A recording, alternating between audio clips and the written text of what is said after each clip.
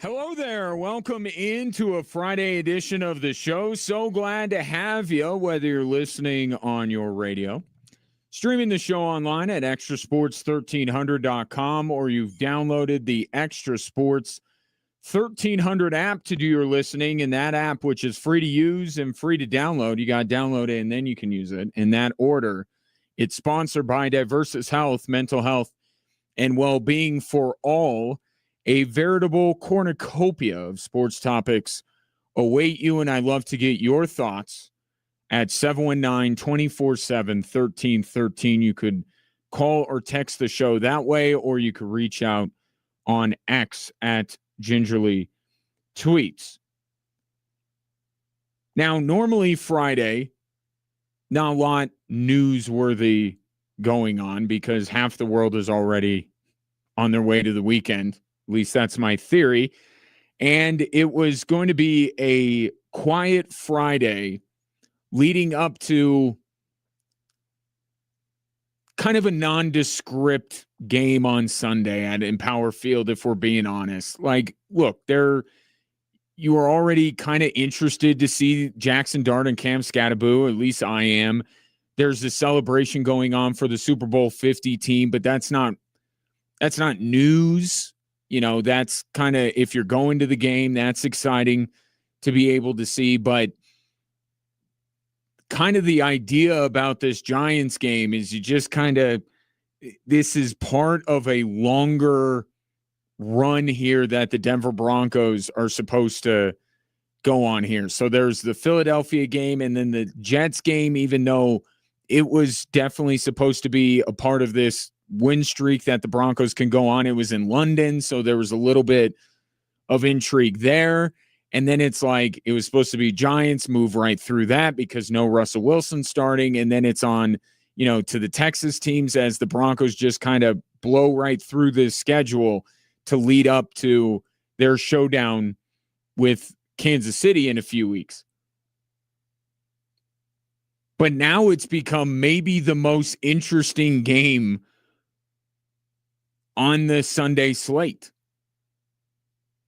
And it all started because Jonathan Cooper said this about Giants rookie quarterback Jackson Dart. He's a young guy. He's, feeling himself a little bit. He's out there running around. He's got the chain on. He's dancing. I feel like everybody needs something.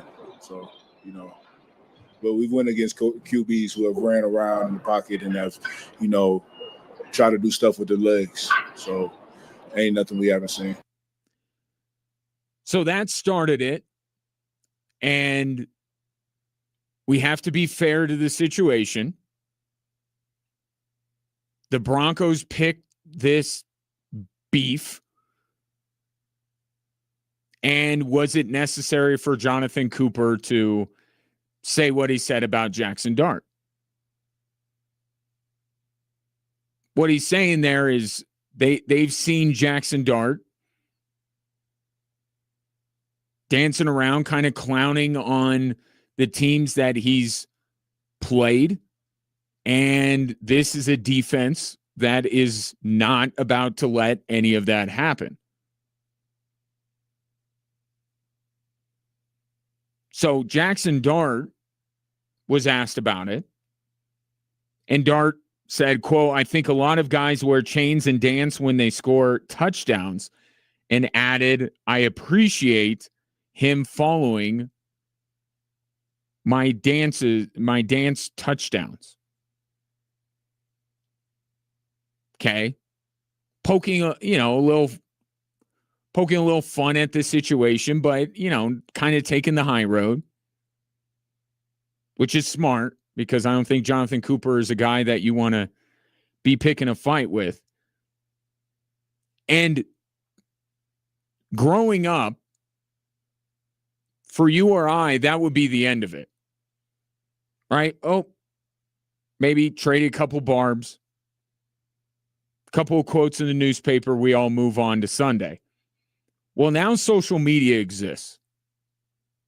So doing what good fans do, the Giants fan base took up for their young quarterback and started doing a bunch of stuff on social media, talking big, going into Broncos players' DMs, the kind of stuff that exists in the year 2025. And that provoked Nick Bonito to call them the most delusional fan base.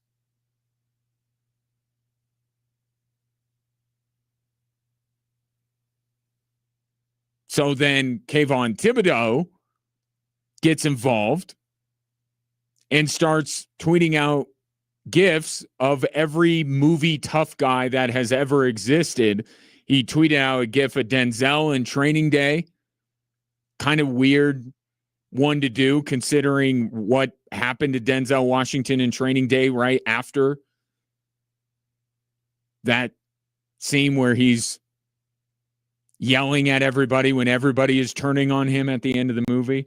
No spoilers. And then he tweets out Robert De Niro in Goodfellas. So clearly Kayvon Thibodeau is like, all right, game on. And then you get Abdul Carter, who tweeted out a couple of things and then said this earlier today.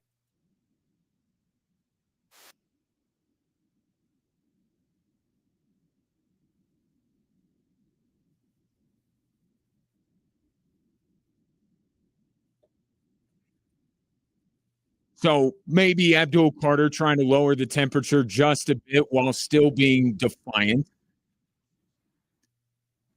So now things are spiced up a little bit. Now, hold on. We're not moving on to Houston and Dallas. This game just got a lot more interesting. But you know who has to deal with the brunt of this, don't you? Jackson Dart and Bo Nix. Notice the common thread of the participants in all of this. Jonathan Cooper, Nick Bonito, Abdul Carter, Kayvon Thibodeau. What is their primary job function? Getting to the quarterback. So now Bo Nix and Jackson Dart already had, because I talked about this the other day, right? The most concerning thing about the New York Giants is Abdul Carter and Kayvon Thibodeau and Brian Burns and Sean Payton raised that concern earlier this week. And now they're even more motivated than they were previously. And it's just a funny thing about human psychology, because you would think when these guys are getting paid millions of dollars and they're in a high profile job, I think for many people a dream job,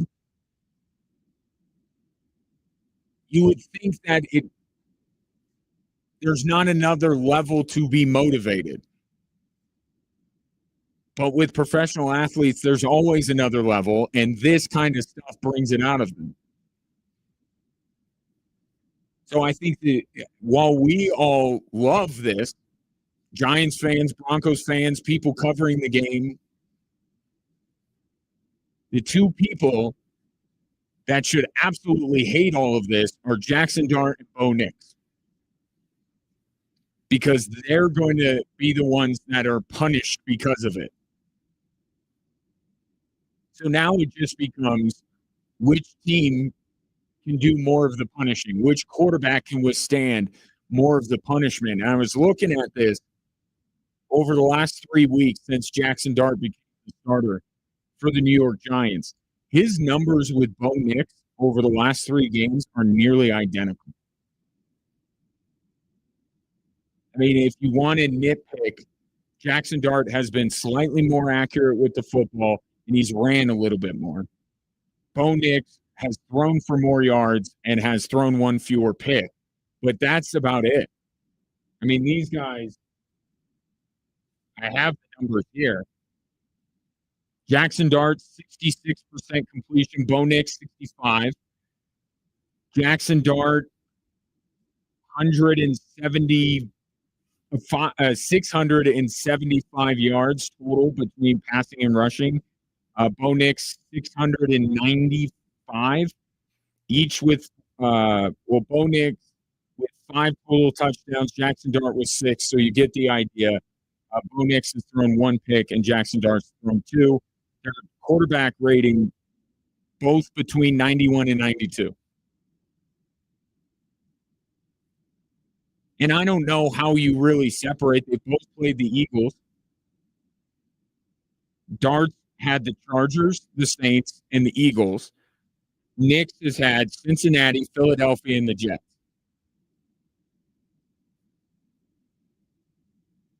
One team in common, and all told, you could, I think, argue that Jackson Dart's had a little bit tougher go of it, with the Chargers kind of being the tiebreaker here. And the fact that he's in his first 3 starts in the NFL, whereas Bo Nix is on start 20, 21, and 22.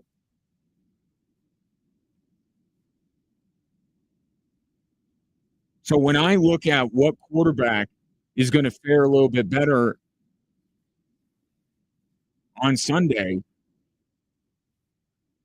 I think if you just looked at it going off of that and what each is asked to do, I think you would say Jackson Dart.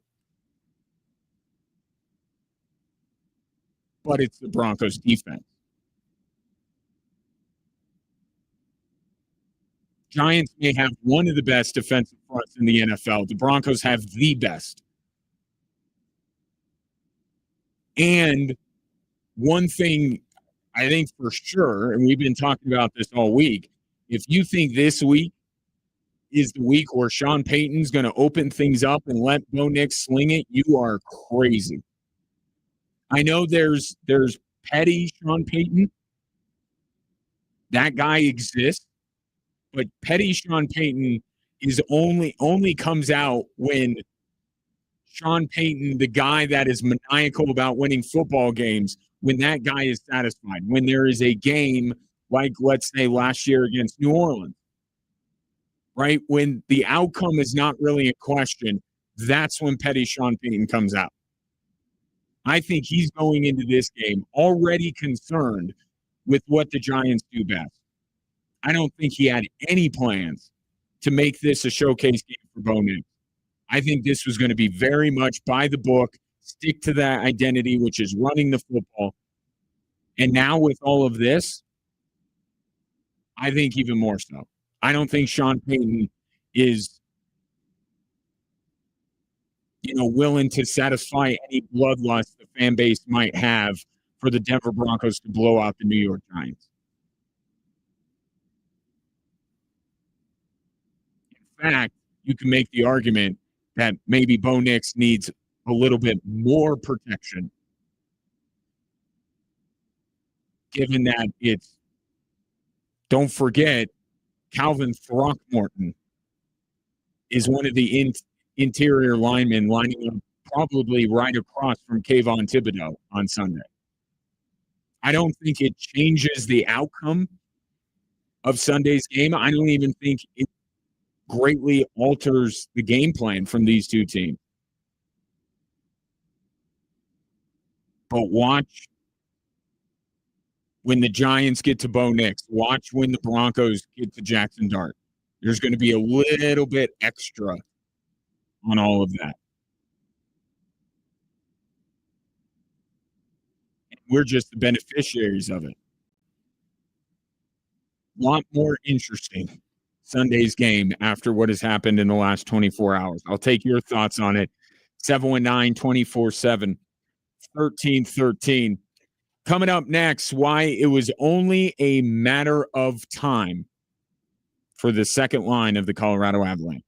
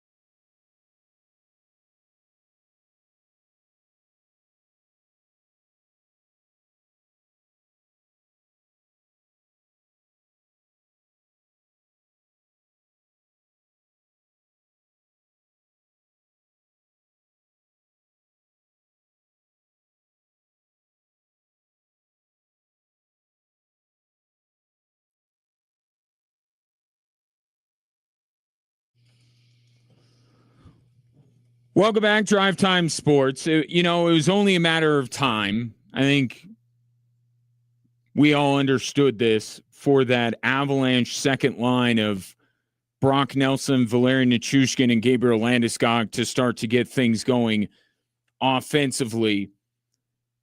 And they did last night in a big way. You had Valerian Nichushkin with a pair of goals. Brock Nelson scored a goal, and Gabriel Landeskog assisted on the empty net goal that finished things off last night in the Avs 4-1 win over the Columbus Blue Jackets. And it was just a matter of time, not just in the season, but also only a matter of time in that game last night. First, for the season,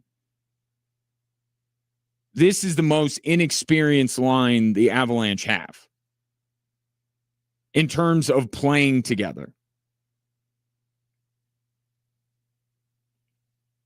Right? Because you have on the other lines, obviously the top line has played together the most, but even when you look at some of the lower lines, the third and fourth lines, at least two guys on that line have kind of played together a little bit. That second line, all they had was the Dallas Stars series and 4 games into this year. Right? So they needed some time. In game 5, they really start clicking and get points on the board. But it was only a matter of time in that game because that first period, they were the Avs' best line. And you thought for a little bit there that maybe the Avs were going to get goalied last night.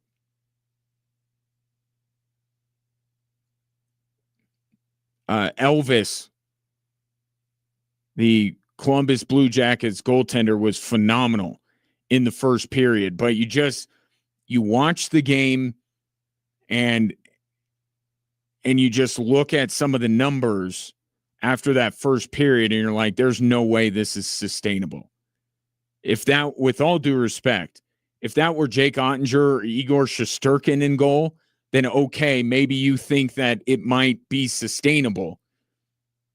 But the Avs had 2 more minutes of offensive zone time than Columbus did. I mean, they were just dominating puck possession, and they were peppering the Columbus goal with shots, primarily coming from the trio of Nelson, Landeskog, and Nichushkin. So, yes, we have seen before where the Avs get goalied by goalies who aren't the best, but there was just so much in that first period that you went, there's no way this guy is going to be able to hold up under this kind of pressure. There's just no way. The Avs were dominating the game. And then in the second period, it took till about the midway point, and then the dam broke. Avs get 3 goals, 1 from Nelson, 1 from Nichushkin, 1 from Makar in his 400th game in the NHL. They're up 3-1. And then they iced it there in the third period, maybe throttled down a little bit after that second period. But this second line for the Avalanche, they're the force multiplier for this Avalanche team. They're the line that takes this team from one of many contenders. Right? If the line is, let's say, even the regular season line, even forget before they got Brock Nelson. Right? The production and Brock Nelson, Jared Bednar has said this in recent days, like they didn't utilize Brock Nelson to his fullest capabilities. They didn't put him in the number of roles that he currently holds for the Avalanche. But before Landeskog came back, certainly before Brock Nelson was acquired, that Avs team is, I mean, you could separate them any number of ways. Avalanche, Edmonton, Dallas, Winnipeg, right? They're one of that group. But this line has the ability, because I don't know how much more you're going to get out of the top line. Right? The only growth there is if Marty Necas ends up putting up Mikko Rantanen numbers, but then it's basically what the top line was before they made the trade. So I don't know how much more you can get from the top line. And the third and fourth line are the third and fourth line. You got to keep expectations low. But that second line of Nichushkin, Brock Nelson, and Gabriel Landeskog, if they produce like you think they can, given the track record of those three guys, now this takes the Avalanche from one of a handful of cup contenders in the West to maybe the favorite to come out of the West. And by extension, because of what Florida's going through with the injuries, might be the de facto favorite to win the Stanley Cup. That's what that second line represents to me. And it's different. Like the Avs so far this season have been very successful without a lot of production from that second line. But last night you look at it, and when that second line is buzzing, like the first line seems to always be buzzing, now it's just like the Avs I was listening to the Columbus call of last night's game, and the guy on there, their play-by-play guy was like, they just come at you in waves. That's what it feels like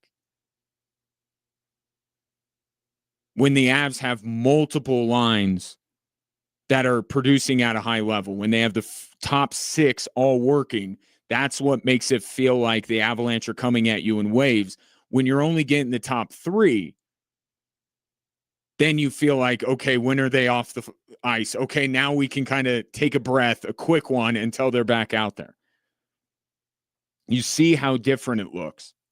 Even when they weren't producing in that first period, you could see just the unrelenting assault they were bringing forth on Columbus in that hockey game. And naturally, and Jared Bednar has done this. Jared Bednar talked about how this is the deepest team since they won the Stanley Cup. So I'll go ahead and make a comparison. Look at the 2022 team compared to the last few years.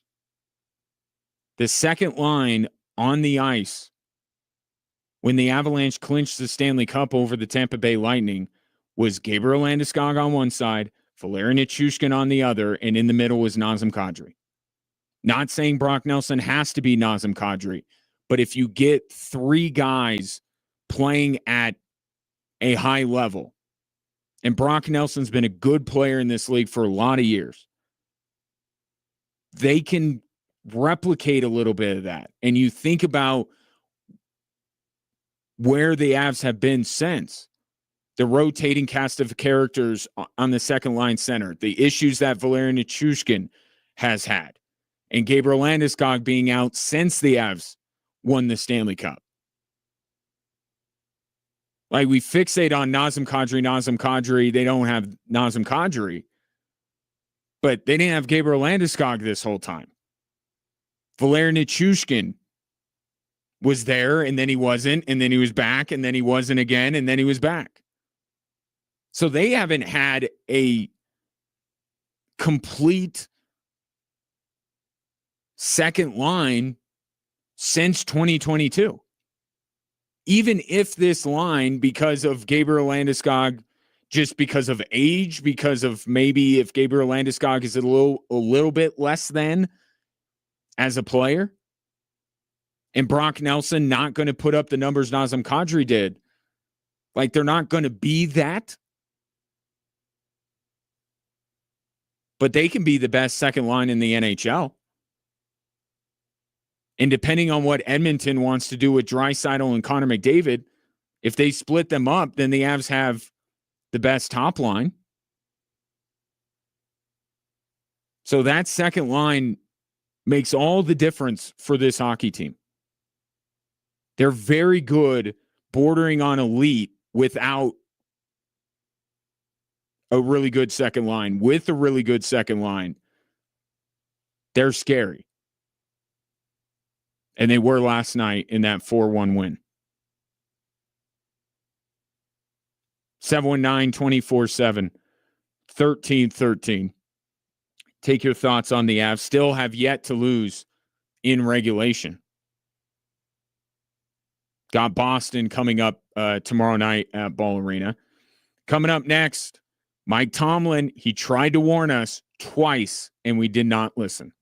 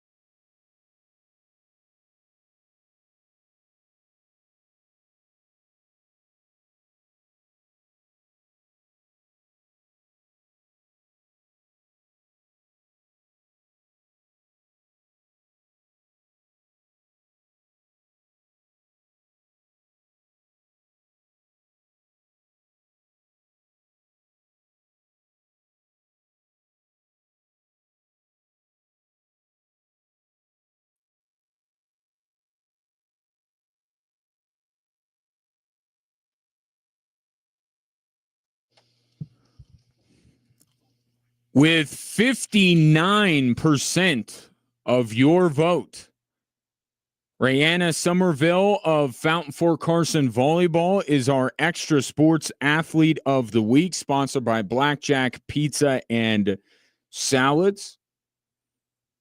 If you are a Trojan fan, feel free to pass along the word, working with the folks there at Fountain Fort Carson to get Rayanna on the show, because I want to talk to her about her winning the award, but also her terrific season that she has had for the Trojans. So that's in the works. Don't worry. But if you see Rayanna, make sure you congratulate her on winning Extra Sports Athlete of the Week. And with a new winner means we need new nominations. Go to extrasports1300.com, fill out our nomination form, and we'll have some finalists for you on Monday to choose from. It's our Extra Sports Athlete of the Week, sponsored by the fine folks at Blackjack Pizza and Salads. We collectively owe Mike Tomlin an apology, because he tried to warn us. He tried to warn us just a few days ago when Andrew Berry traded Joe Flacco to the Cincinnati Bengals. Andrew Berry must be a lot smarter than me or us, because it doesn't make sense to me to trade a quarterback that you think enough of to make your opening day starter to a division opponent that's hurting in that area. But that's just my personal feelings. We didn't listen. We said, oh, Joe Flacco, 40-year-old quarterback playing behind the offensive line that got Joe Burrow killed again. Come on now. We didn't listen then. We didn't listen when Mike Tomlin, just even before the trade, just 3 weeks ago, brought up Joe Flacco unsolicited to, again, try to warn us. We're in a similar situation. A year ago, we're playing in Indianapolis, man, and I commented to the guys that, keep Richardson upright. Don't put Flacco in the game. And, Flacco ended up in the game. Maybe it was perceived as a knock on Anthony Richardson. Maybe it was perceived as Mike Tomlin trying to pump up Joe Flacco a little bit. Like, that's a tactic that coaches take. They try to shower an opponent with praise. But that comment, they weren't even going to play Joe Flacco. Or at least Joe Flacco with the Cincinnati Bengals. But we owe Mike Tomlin an apology. Because I don't know how many people thought, despite being at home, that the Cincinnati Bengals with 40-year-old Joe Flacco playing behind one of the worst offensive lines ever assembled in the NFL, with no Trey Hendrickson, would be able to beat the upstart Pittsburgh Steelers, who are off to a 4-1 start atop the AFC North. But that is exactly what happened. Mike Tomlin tried to warn us, and we didn't listen.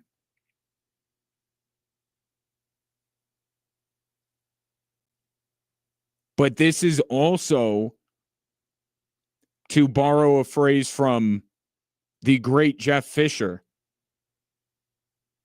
alter it slightly, this is some 9-8, 10-7 BS. If we're being honest, from the Pittsburgh Steelers. Okay, there's a Bengals storyline in Flacco and how that's possible. But to me, I look at last night's game and I go, how do you let that happen, Pittsburgh? How do you not listen to Mike Tomlin? But also, Mike Tomlin, can you not beat 40-year-old Joe Flacco behind one of the worst offensive lines ever assembled with no Trey Hendrickson? How do you do that when you are a 4-1 football team? with supposedly the best defensive player in the league in TJ Watt. How do you let Jamar Chase get 16 targets or 16 catches? I don't know. I lost track. Flacco would just right at Jamar Chase, that number one guy, he's really good. I'm going to throw it at him. That's the Bengals side of this. How did the Bengals do this? Because Joe Flacco, at his age, in his experience level, went, I'm not overthinking this. I got Jamar Chase. I'm going to throw to him. And this is how this keeps happening across the league. You know, we saw this with Mac Jones a couple of weeks ago, and you just scratch your head and you wonder, man, there's not even 30. We don't, there's some teams that don't have any quarterbacks, and we see backups coming in and winning football games. This is how it is. This is how it happens. Because these backups, whether it's Mac Jones or Joe Flacco, they're like, this is one of my only chances here. I got to make the most of it. How do I make the most of it? Find the best player on the field and throw the ball to him repeatedly. Joe Flacco was on the Amazon set last night and saying he didn't even understand some of the play calls. Zach Taylor was calling things in, and he's like, I don't know what that is. They just don't overthink it. And there's some credit to Joe Flacco in his talent level, in his ability to read defenses. But the thought process starts with, I got Jamar Chase, I'm going to throw that guy the ball. And guess what? If I don't like the read I got with Jamar Chase, I'm going to throw it to T. Higgins. And if the Pittsburgh Steelers double bracket, rare is the occasion where you have a team say, we are doubling this guy and we are doubling this guy. Joe Flacco himself could not believe it. He sounded like a 13-year-old kid when they asked him after the game about that look. He's like, oh my gosh, they're double bracketing. I'm going to have Osavos or Isaiah Voss, whatever his name is, the third wide receiver for the Bengals. I'm going to have him right down the middle and one-on-one. And credit to Joe Flacco, he hit the pass. Still has the deep ball.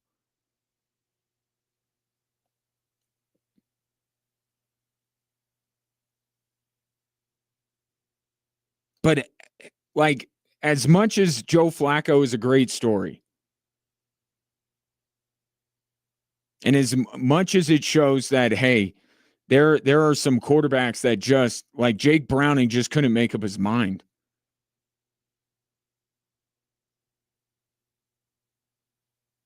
Like, there wasn't a clearness of thought to just go, number one, just keep throwing it to that guy. But come on, but I as much as I want to, talk about the Bengals and the great story that is Joe Flacco, he does it again, all of this kind of stuff. I look at the Steelers, I'm like, how do you lose that football game? And it was on the defense. The defense lost that game for the Pittsburgh Steelers. Aaron Rodgers played great. You make the move for Jalen Ramsey. You trade Minkah Fitzpatrick for Jalen Ramsey because of this Bengals team with Joe Burrow. And you can't beat them with Joe Flacco? How fitting was it that the pass that led inevitably to the game-winning field goal was Jalen Ramsey getting burned by T. Higgins?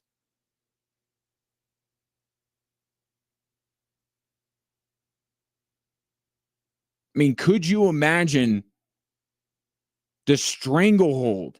I mean, look at what's in front of the Pittsburgh Steelers. Look at what they have in front of them, the opportunity. The Ravens are wounded. The Ravens are dying. And you got Dylan Gabriel quarterbacking one team, and you got 40-year-old Joe Flacco, and before that, Jake Browning quarterbacking the Cincinnati Bengals. Like the seas parted. Just walk through. The Steelers could have had the AFC North wrapped up by Thanksgiving. And they're stubbing their toe against 40-year-old Joe Flacco?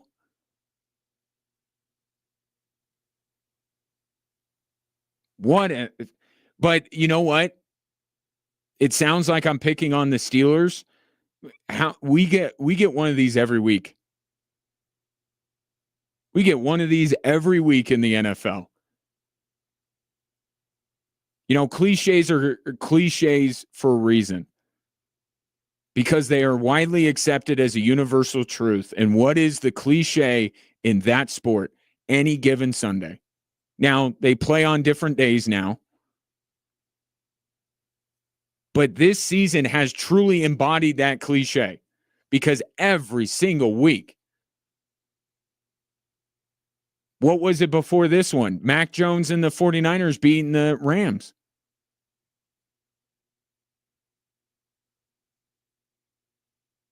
Sometimes we get multiple a week.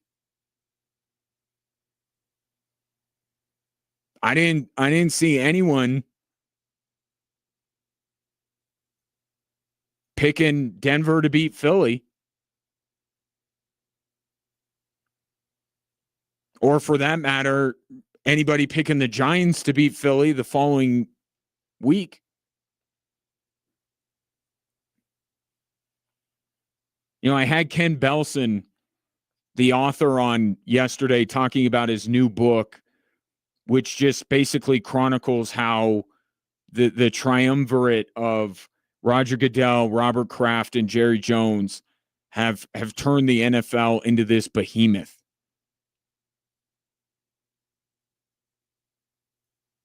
You know, the product helps. It helps that these guys can sell a product like this.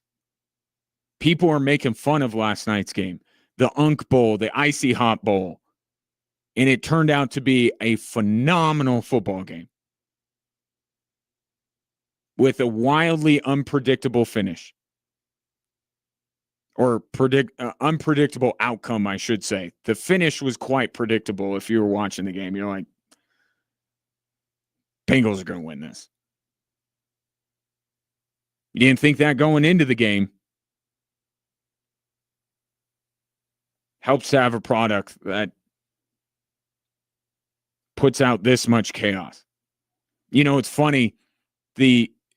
As college football becomes more like the NFL in many ways, I feel like the NFL has a college football vibe to it this year.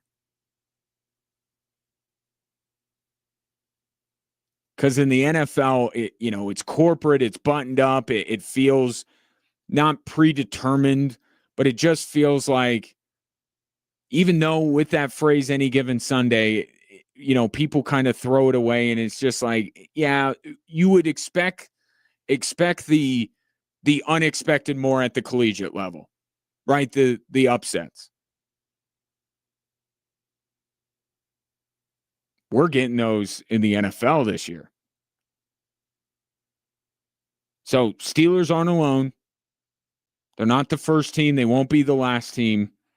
But man, you had a golden opportunity and you absolutely blew it.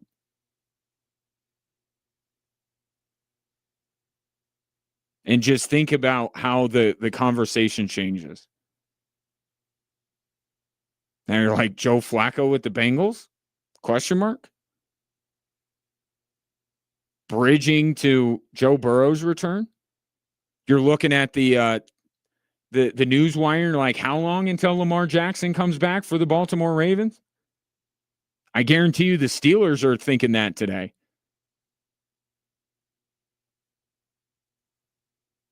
Perspective is completely changed in that division. But this is I mean, this is the kind of stuff that makes the Steelers perennially a 9-8, 10-7 football team.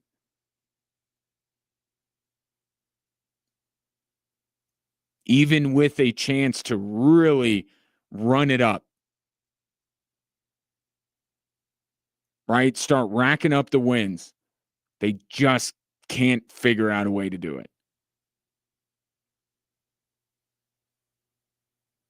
That was fun. That was fun last night. Now, here's the one. I will throw some cold water on the Bengals a little bit here. There's also something very important to remember about these kind of performances, and I'll use Mac Jones, not to pick on him, but just use Mac Jones as a recent example. Like, this is not magic that you can sustain most times. Right? There have been some stories, but usually, and I go back to that Rams 49ers game. And unlike this one, I actually had that one. I was on that. I'm like, the 49ers, that they got a chance in this one. Did not think the Bengals did, to be fair. So 6-7. But it doesn't tend to last long. Defenses adjust. Some of the pixie dust wears off. I still think this Bengals team is in real trouble. But for that night, last night, man, what a night to be a Bengals fan. And what a night to be Joe Flacco. That dude, I don't think he's a Hall of Famer, but man, I hope he has something in Canton. Like, Joe Flacco should be represented somehow. And I guess since he's won a Super Bowl, I'm sure his face is somewhere. But, like, if he does turn this into something beyond last night, like, there's going to be a special place for Joe Flacco in football history. Maybe it's not in the halls of Canton. Maybe it's not with the gold bus, but that dude has had some career.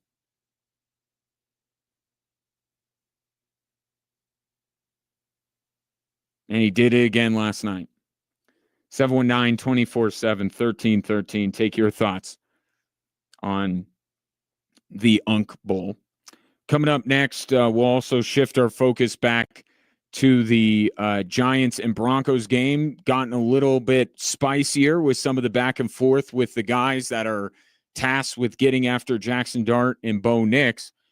But what about the Broncos and the guy they've been waiting to get back as long as this season has gone on? An update on Dre Greenlaw next on Extra Sports 1300.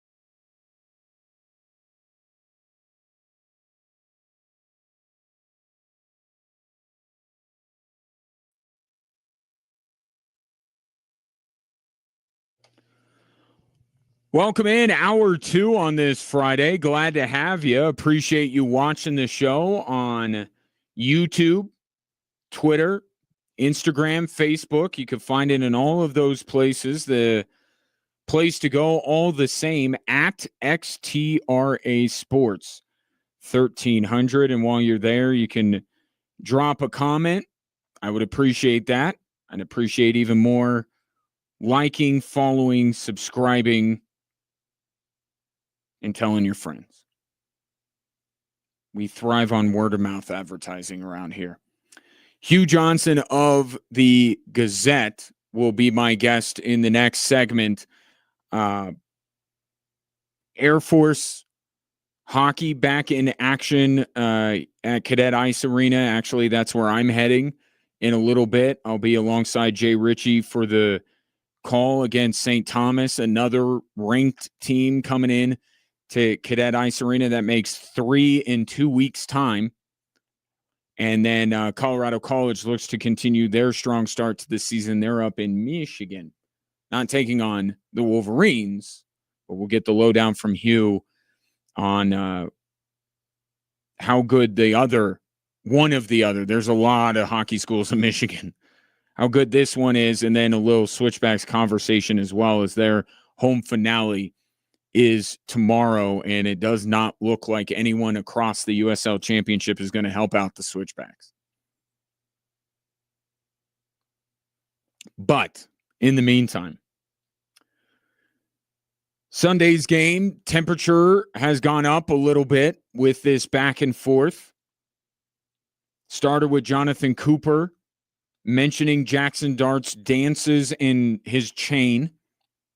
You remember the last time that a chain was a focal point of the conversation regarding an opponent of the Denver Broncos.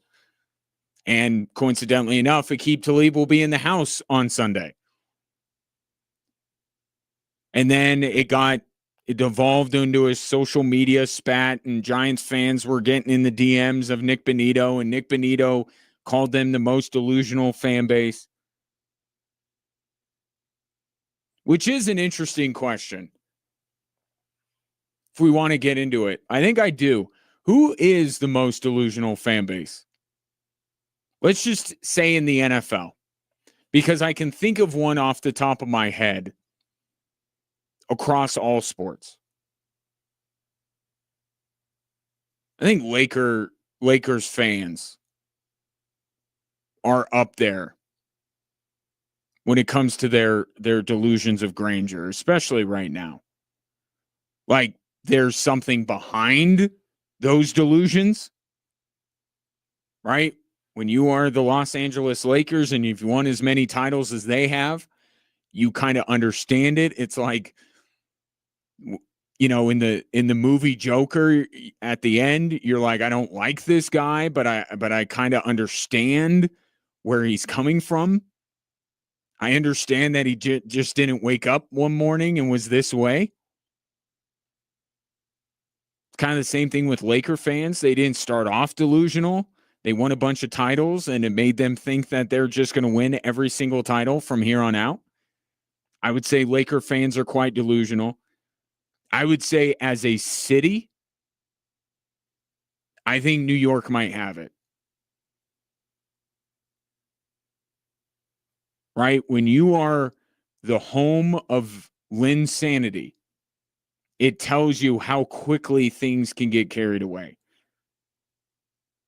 And the Knicks, for years, were going to be the landing spot for LeBron and Kevin Durant and Giannis, and every single superstar was definitely going to come to the Knicks. So there was some delusion in that. Maybe it's just an NBA thing. Maybe it's NBA fans who have the most delusional pockets.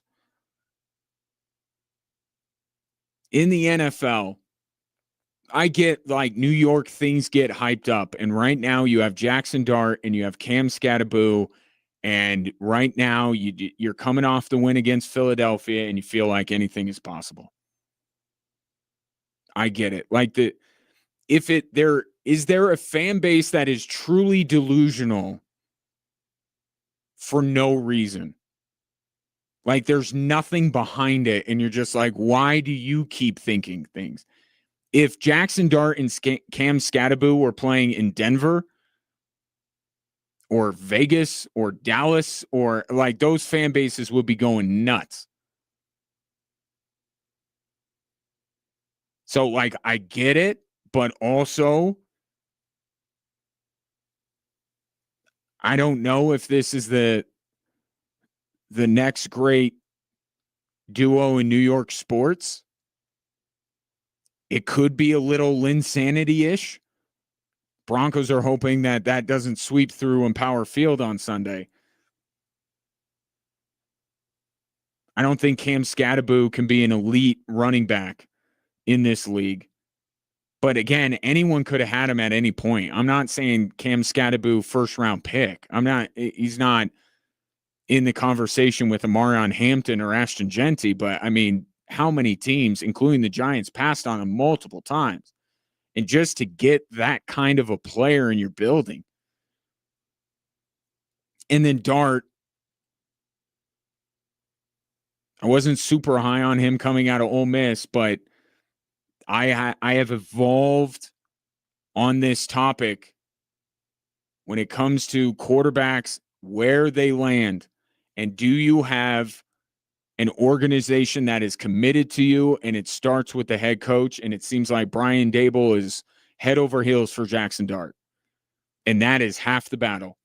So much so that he's willing to skirt NFL concussion protocol to get Jackson Dart back on the field.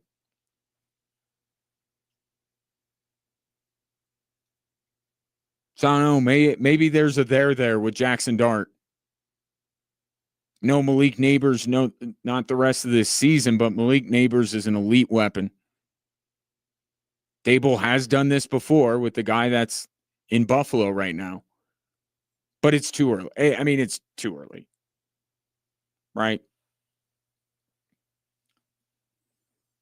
Most delusional. I mean, you go to the teams that are perennially bad. Are Jets fans delusional? Oh, I think they kind of know. Browns fans, I think they kind of know.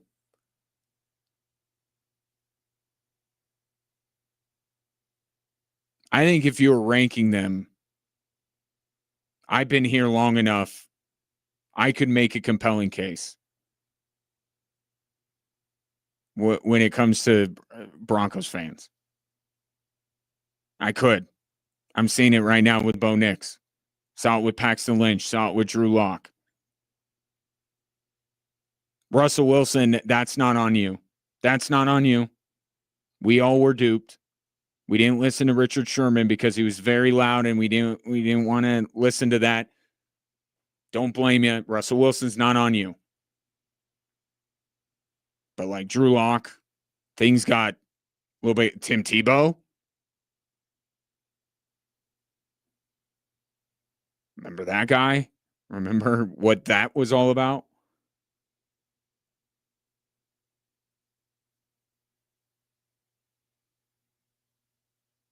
Dallas?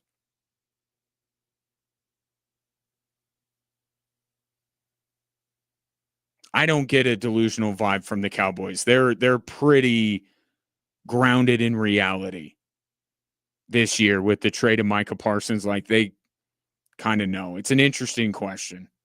I don't think Nick Bonito heavily researched it, though. Certainly not to the degree that Sean Payton researches teams' records when they play immediately after going to London versus when they have a bye week. He even today brought up, what did he bring up? The research says on something.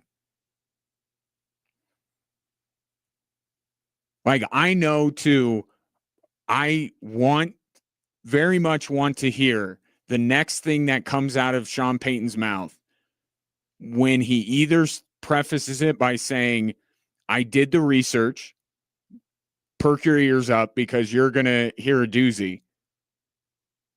And you're going to hear something that is so inside baseball that it will make your head spin. and then respectfully. When he says respectfully, send your thoughts and prayers to whatever media member asked that question, because they're about to be eviscerated. So those are the two key phrases. Sometimes Sean Payton, when it becomes story time and it's Bill Parcells this and New Orleans that, it's like, okay, here he goes again. But when it's respectfully, or when it's I did the research, I want to hear what Sean Payton says next. I got to find what that was. I mean, the guy only spoke for 5 minutes today. But yeah, Nick Bonito didn't research this. He just said something. He just called them the most delusional fan base with no real hard evidence other than a few Giants fans that are feeling themselves a little bit because they think that they got the next big thing in Jackson Dart and Cam Scattaboo, and I don't blame them. Right? Delusion is not always a negative thing. Right? I think it's fun what's going on in New York right now, and I'm genuinely intrigued to see how those two hold up against this Broncos defense.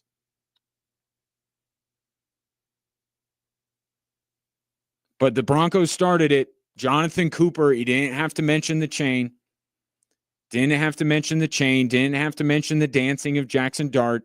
He could have just said, Jackson Dart, talented, likes to use his legs. We've seen that before. We'll be ready for it. That could have been it. He started it. Have to be fair.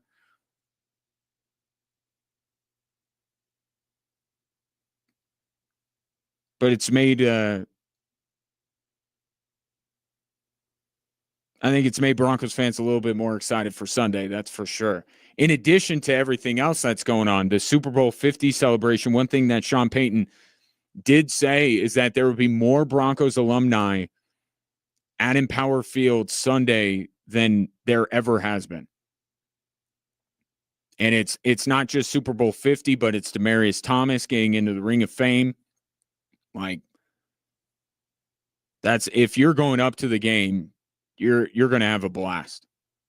If you're a Broncos fan, that's going to be nostalgia, and I get it, heavy hearts with the posthumous induction of Demaryius Thomas, but still, like, to be able to remember his career and have so many players that Demaryius Thomas was teammates with talking about him and stuff. It's going to be a really neat scene there up in Denver. And then you got Dre Greenlaw, question mark, activated off of IR, make sure I say this correctly, the 21-day window to be activated is open. He's at practice. Sean Payton, again today, gritting his teeth and holding back the urge to lay into whatever reporter asked a hypothetical about Dre Greenlaw. He did say that Dre Greenlaw had a really good week, was moving around.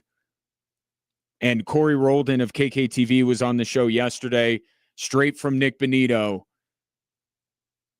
saying this will be a great week for Dre Greenlaw to come back.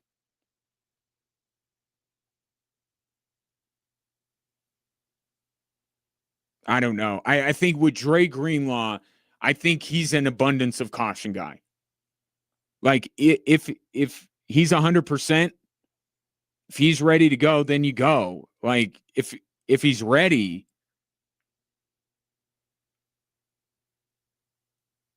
you put him out there, right? But if he's 75, 80, with the nature of his injury, with his injury history, and what he means to this defense, like kind of that last infinity stone that the Broncos defense needs to put in their gauntlet to get Dre Greenlaw to fortify that part of the Broncos defense that is already off to a historic start. I get why everyone is so eager for Dre Greenlaw to play, but there was a reason he was available. It wasn't talent. It wasn't ability. It was availability. Can't mess around with that. So we'll see if Dre Greenlaw plays on Sunday. He's listed as questionable, but aren't we all? Jonah Ellis out, though.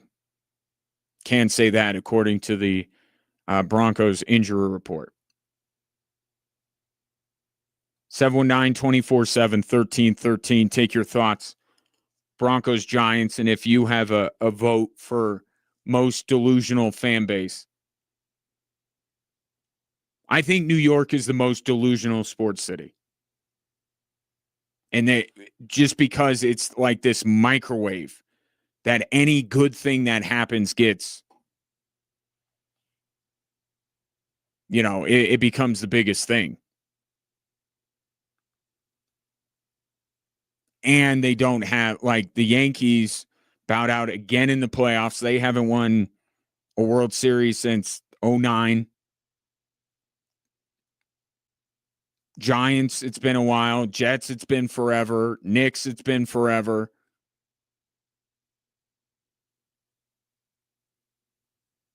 But once there's a little bit of good, man, does it turn into something much bigger.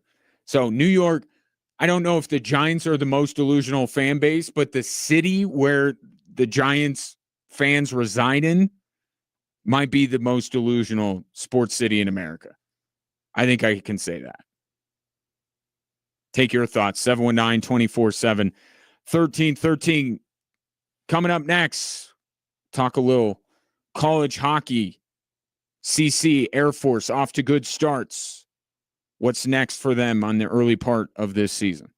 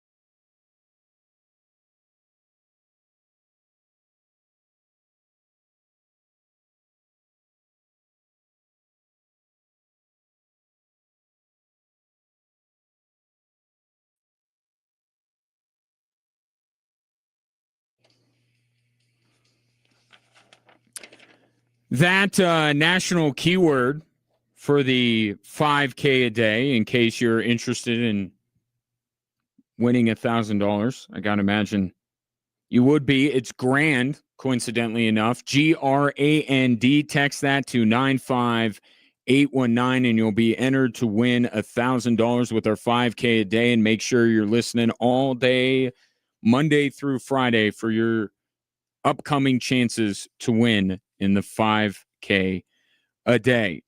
College hockey season is underway for everybody, but we only care about the Tigers and the Falcons. Meanwhile, the switchback season is reaching its conclusion, hopefully not in 2 weeks. Hopefully it's beyond that. Joining me now to discuss is the man that writes about all of those teams. He is Hugh Johnson of the Gazette. Hugh, is there anyone at the Gazette that writes about more teams than you do? Oh, let me... I'd have to go Tyler King over at the Denver Gazette. He covers CU, CSU, DU. He's all over. I mean, if there's a guy whose work ethic I want to emulate, it's that guy up there. He's doing a great job. Yeah, he is, and he's talented as well. Good at what he does. Yeah, as are you. So let's start with the Colorado College Tigers. Unlike Air Force, and you know this better than anyone, I'm sure a different dynamic covering these two programs because there's a lot of new with Chris Mayott's team. So your early observations for them a couple of weeks in. I mean, of course, you're right. The big news being the CHL, Canadian Hockey League players eligible to skate for the NCAA. And so far, if you're a fan of the Tigers, you have to be impressed with what you've seen so far. Just the way this team has been able to gel after losing so many players they counted on night in and night out from last season. Household names in the terms of the Colorado College hockey universe, like Noah Laba, who now skates with the Rangers, Gleb Veremyev, a lot of guys, Ethan Strachey, now not on that team anymore, but they've had a top 10 recruiting class. We've seen the likes of Wilson Bjork really take off, Braden Sherman, Brandon Lazowski.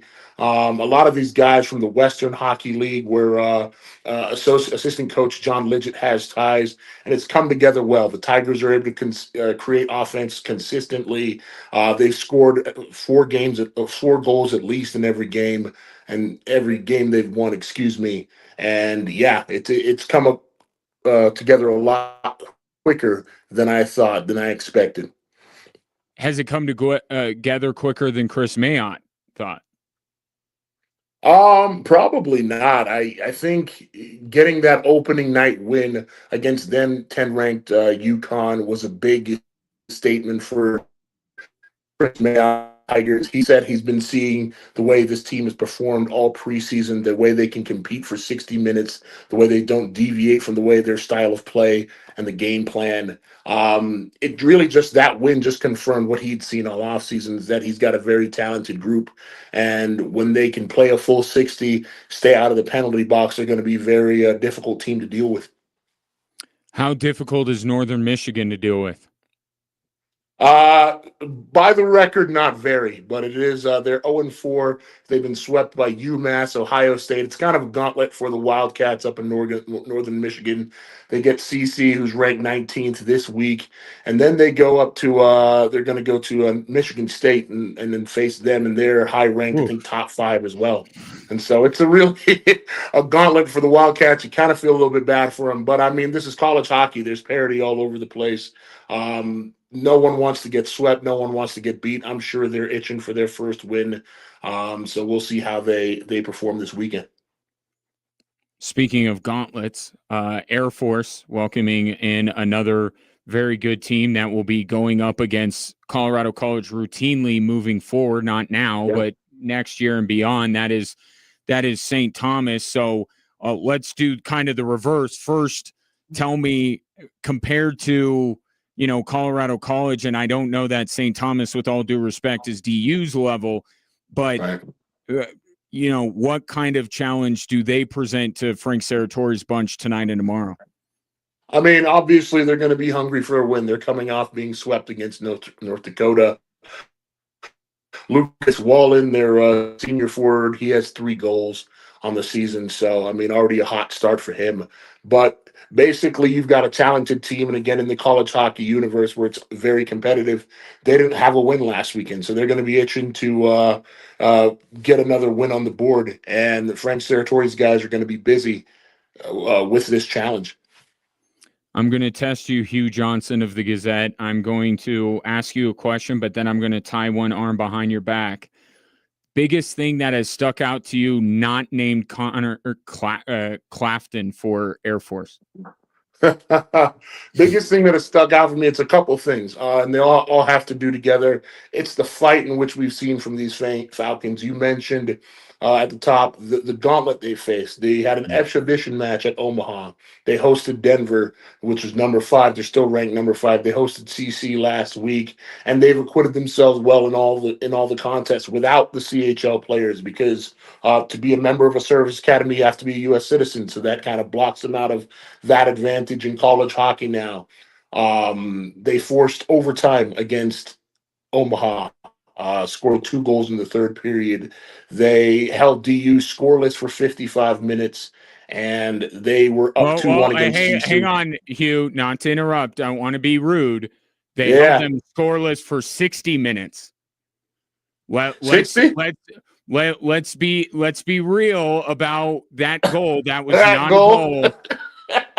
That was not a goal. In fact, I'm not the referee. Yeah. Well, in fact, Frank Serratori had brought that up on his coach's show on Tuesday that he obviously has some friends in the officiating business, and they were of like mind that was a goaltender interference. That was goalie interference.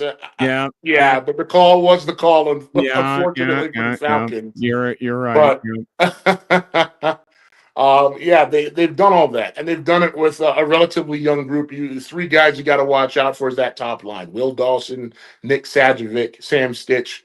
They're creating all the offensive pressure for that team. They're dangerous in the neutral zone. They love to turn opponents over in that neutral zone and create opportunities for the Falcons in the O zone. And Dawson was the one who scored that goal to give them a lead against Denver that Friday, that opening night. So if you're not talking about Carter Clafton, then that's what I'm going with.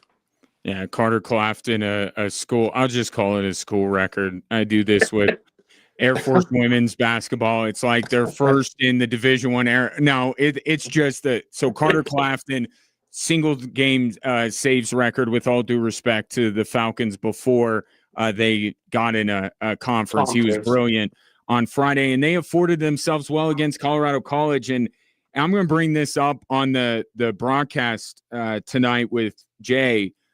You know, I think there's something to be said for teams being a little bit taken aback by the way that Air Force plays. You know, everyone wants to play this wide open style and score a lot of goals, and it's great. And out of necessity, Air Force plays in a very different way. And I look at DU, a team with a little less familiarity, even though, you know, Carl, their coach, is very familiar with Air Force. Some of the players aren't. I thought that helped out Air Force on Friday. Yeah. And maybe it led to, as well as they played, CC maybe winning that game a little bit more decisively, because there are no secrets with Colorado College and Air Force. Your thoughts on my thesis there? I think you're exactly right. One of the reasons CC was able to come back in that third period was just they understand how to play in that environment. They listen to Coach Mayotte, and they don't get away from the game plan. Like Coach said on Tuesday, Mayotte, that is, he said it wasn't any great individual effort. Obviously, Brett Link found Owen Beckner with a great pass in between 2 defenders to give CC the go-ahead goal in that game. But still, they played as a team. They played together, and that's kind of the difference maker right there. As far as Air Force goes, they have been great as long as Carter Clafton can keep up his level of play and goal, of just being good at that counterpunch, being able to absorb the other team's pressure, and then finding a way. They need more of that attacking prowess we saw at the end of the second period against CC. They kind of willed themselves into a goal, fed Mbarico a bunch of shots, and then Cole Christian bangs it in off the rebound. Hugh Johnson, my guest, covers college hockey and the switchbacks for the Gazette, also on the prep beat because everyone at the Gazette is the prep beat. That's a big beat. That's not one. That's not a one-person job. That's for sure. Let me ask you about tomorrow night with the switchbacks. You and I have chatted on numerous occasions about this team, and look, we could talk about injuries. We could talk about upheaval in the starting 11, but we're 2 games away from the regular season being over. This is who the switchbacks are. How dangerous can this team be if they are able to take care of business the next 2 weeks and get in the postseason? I think they can be extremely dangerous. I mean, we said it all season in those conversations, Ryan, that this is a talented group. It just hasn't quite worked out for them through the majority of the season. They've created the chances, they just haven't been able to finish. You look at where the team was against Hartford Athletic a few weeks back. I remember watching that game. Hartford scores, and then Kyle Vassell has a chance on a pretty much a wide open net. He just skies it. Yeah. They have the ability to beat teams, and I mean, even if you're the 8 seed, the 1 seed is going to be FC Tulsa, which the Switchbacks beat at home. They'll face them again in a week here, but Colorado Springs, they understand what it's like to be in this position. I was speaking to Charlie Adams today. They understand the pressure. They understand the standard that the club holds itself to, looking for a 5th straight consecutive playoff berth. And Charlie said it best: the pressure is a privilege for them. Yeah. And are we going to get, since you talked to Charlie Adams' revenge game tomorrow night? Potentially. I was speaking to him because it's been a roller coaster for Las Vegas Lights FC. 2 years ago, they were down in the dumps, eliminated bottom of the Western Conference. Last year, of course, they lost to the Switchbacks in the conference final. And now this year again, they're back in the basement of the Western Conference. They'll come in with a lot to play for, especially for next year. But I'm sure Charlie wants to go out and show out against his old team as well. Well, and he's been one of those guys that's been missing for quite a while. He got some run against Charleston, so that was good to see. That was probably the positive from Monday. Yeah. Was that you saw Kyle Vassell again, you saw Charlie Adams again, Quincy Huerman came back the match before that. So the switchbacks are getting healthier, and we'll see what they're able to do with a more complete roster than they have had in a long time against Las Vegas tomorrow night. Hugh's going to be on top of all the goings on this weekend. CC against Northern Michigan, Air Force against St. Thomas, and then the Switchbacks tomorrow night hosting Las Vegas Lights. Follow him on X at @ByHughJohnson, and more importantly, read his outstanding work in the Gazette and online at gazette.com. Hugh, a brilliant debut by you. Let's do it again soon. Sounds good, Ryan. Thank you so much for having me on. Yep, my pleasure, and we'll see you in a couple hours. Here's Hugh Johnson. Hugh Johnson of the Gazette. We'll see him up at Air Force for that first game of the 2-game set with the Falcons and St. Thomas. Take a break, getting some answers in on the question. Nick Benito took to social media yesterday to call the Giants fan base the most delusional. Is he right? Your thoughts next on Extra Sports 1300.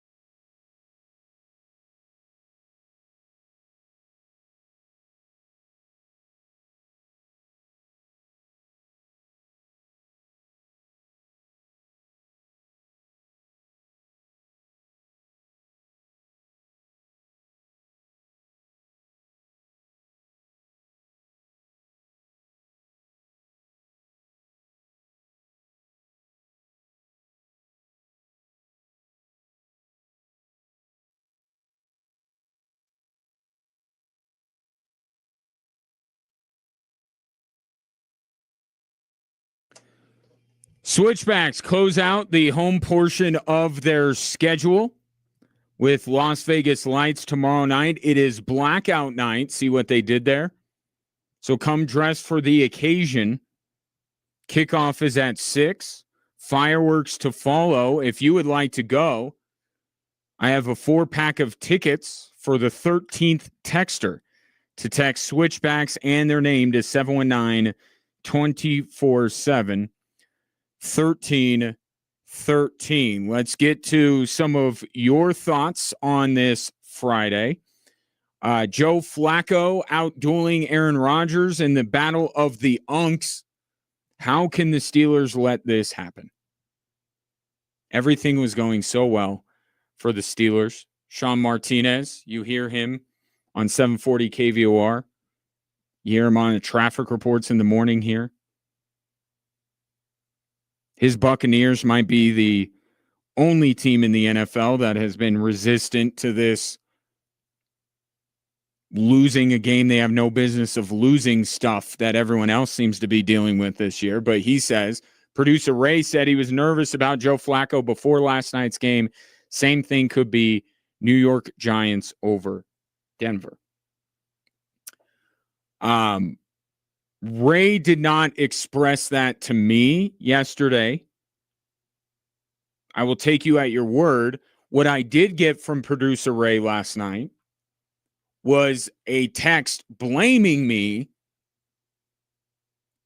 for the Steelers losing because I apparently showered the Steelers with too much praise. So, Steelers fans, that's on me. That's my bad.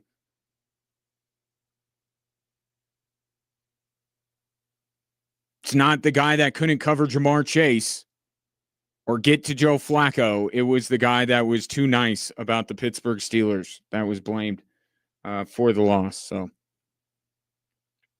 I'll wear it. People have gotten mad at me about much worse things. Nick Bonito kind of stirring the pot a little bit after Jonathan Cooper stirred the pot. So the Broncos are the instigators of all of this. Do not forget that come Sunday. Who started all of this? It was the Denver Broncos. But Nick Bonito calling Giants fans the most delusional fan base, and I'm curious, do you agree? I think that New York is the most delusional sports city in America because everything just gets multiplied over and over again whenever, Linsanity, certainly the belief in the Yankees, and how about the Mets now with Steve Cohen? Anything is possible with them except winning baseball games. I don't know if I can pin it just on the Giants. They are the New York fan base that seems the most delusional right now. Jets fans are completely beaten down. Ranger fans have no hope. Yankee fans are downtrodden. Mets fans the same way. Got to give them a little bit to get back up. But right now, the New York Giants and the Knicks, I think there's a little bit to – I don't love the New York Knicks this year. I don't think they're going to get to an NBA Finals, but I certainly understand that when there's no Tyrese Halliburton and things feel no Jason Tatum, things feel quite open, and the New York Knicks are certainly on paper one of the best teams in the East. So I think the Knicks have a reason. Brooklyn Nets fans, I don't even know if they exist. So you go to the Giants with Jackson Dart, Cam Scattaboo. Yeah, I think reality is going to hit. It might hit on Sunday. It might, going against this defense. But I say let them have their fun, right? The stuff I heard regarding Tim Tebow back when he was the quarterback for the Broncos, I feel like it's really tough for Broncos fans to look at other NFL fan bases and say you're delusional, because I heard some wild things being said about Tim Tebow. And I heard wild things being said about Drew Lock, and I heard wild things being said about Paxton Lynch, and I've heard some wild things being said about Bo Nix. Now, I'll say this. You have more reason to believe in Bo Nix than any of the other guys I just mentioned. But that's, I'm just saying, glass houses and all that kind of stuff. This coming in from the 719, most delusional fan base in the NFL, Dallas Cowboys. Most delusional fan base in the NHL, the Toronto Maple Leafs.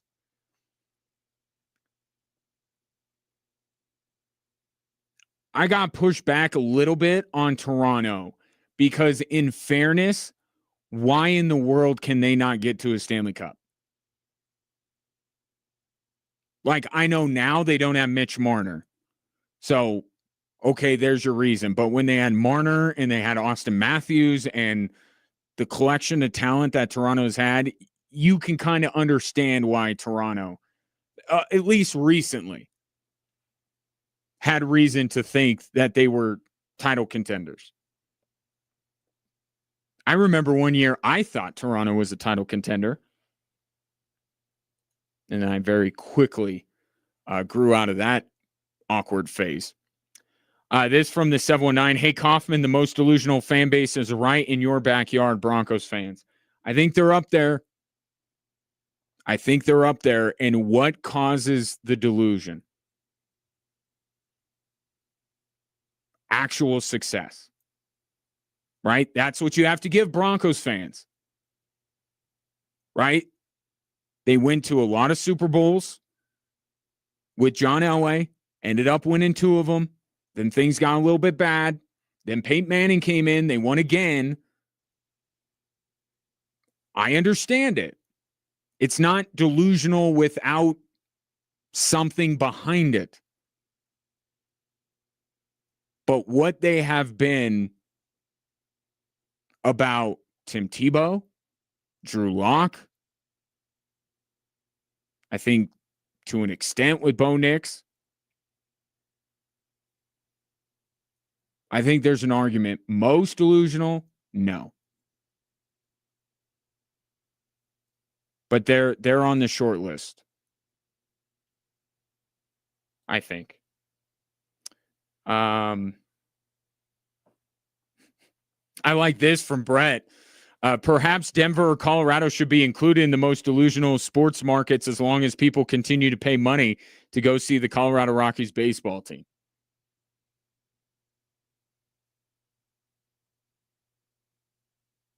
I think that's a fair point. Can't say anything about any nice thing you say about the Rockies. It's like, dude, where are you? Even I have to catch myself. At times this year, they were fun. Never good, but fun. Tom says, Jets and Cowboys fans most delusional. Every year is their year. Steelers most overrated team in the NFL. I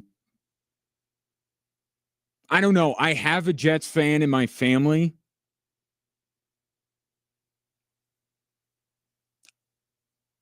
I don't know if they're the most delusional.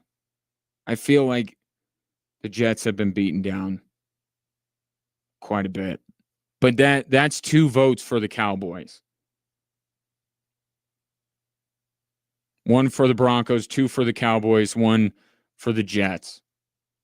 None for the Giants. Nick Bonito is getting outvoted here.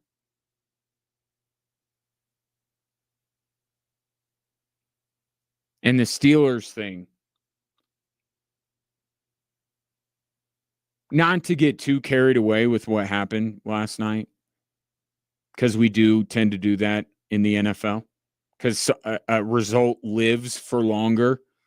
And like the Avs won last night against Columbus, they turn around and play tomorrow night. Baseball teams play every day. Like the storyline wears off. Quickly, something else can happen to change it. With the NFL and with college football, it lasts. And that's part of the reason Ken Belson, who joined me on the show yesterday about his new book on why the NFL is this behemoth. It's because that drama and the feelings last. It doesn't quickly turn over. And you get so much, blood out of the stone there with the NFL, the way we talk about it. So I don't want to get too carried away with what happened last night. I think that the Steelers are a better team than the Cincinnati Bengals without Joe Burrow. But if you indulge me for a moment, if this team ends up 9-8 and 10 or 10-7 again, given what has happened, because I thought that the Steelers would be that going into the season. I thought the Steelers would be a wild card team. I thought they would get 10 wins. But things change. Right? Expectations change.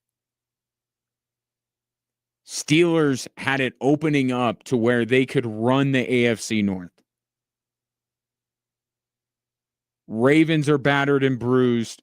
Browns are the Browns. Bengals lost Joe Burrow. They had a chance. And they stubbed their toe against a division rival in prime time. If this season ends 9-8, one, they're not getting into the playoffs at 9-8. Sorry, you got too many teams. And 10 might not, it may come down to a tiebreaker. If the Steelers miss the playoffs with this, what's going on? I know he's going to be hired in 5 seconds. I know you got to do something about Mike Tomlin. Like, I'm sorry. Like, we just saw we see Penn State just fire James Franklin. We see the Denver Nuggets fire Michael Malone. The guy won a championship like yesterday, and he got fired. Like, at some point, you just got to say being good enough is not good enough. And the Steelers have an opportunity, it's still present tense, to win that division.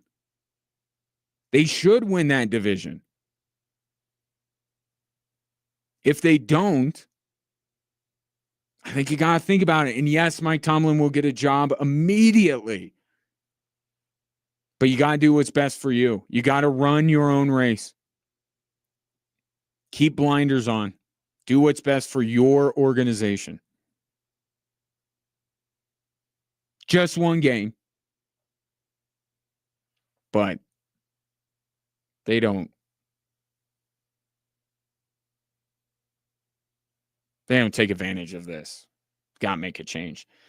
Tom adds, Jets fans at the start of every year, they are sure it's going to be their year after week 3. They're done, just as Rich Eisen. And I think there are two guys, and I think both of them are awesome. I am big fans of Rich Eisen and Mike Greenberg, but I think they are the most Pollyannish Jets fans, and they happen to have large platforms. The more common Jets fan, yeah, I mean there's some delusion. I think you're not off, Tom. Most delusional. More, could we say this? The most delusional fan base in the most delusional sports city. And that might be good enough to put them number one. May have a point, Tom.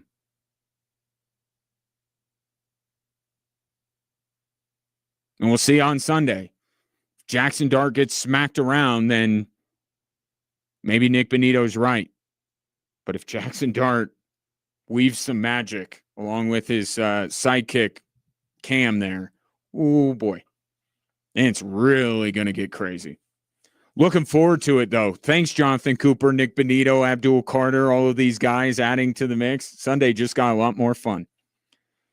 That is it for the show today. I got to head up to Air Force because I'll be on the call with Jay Ritchie. So don't worry, you'll hear from me in an hour and a half. Take that as a warning or an invitation. And I'll talk to you tomorrow for the switchbacks, and then we'll be back right here Monday at 3 on Extra Sports 1300.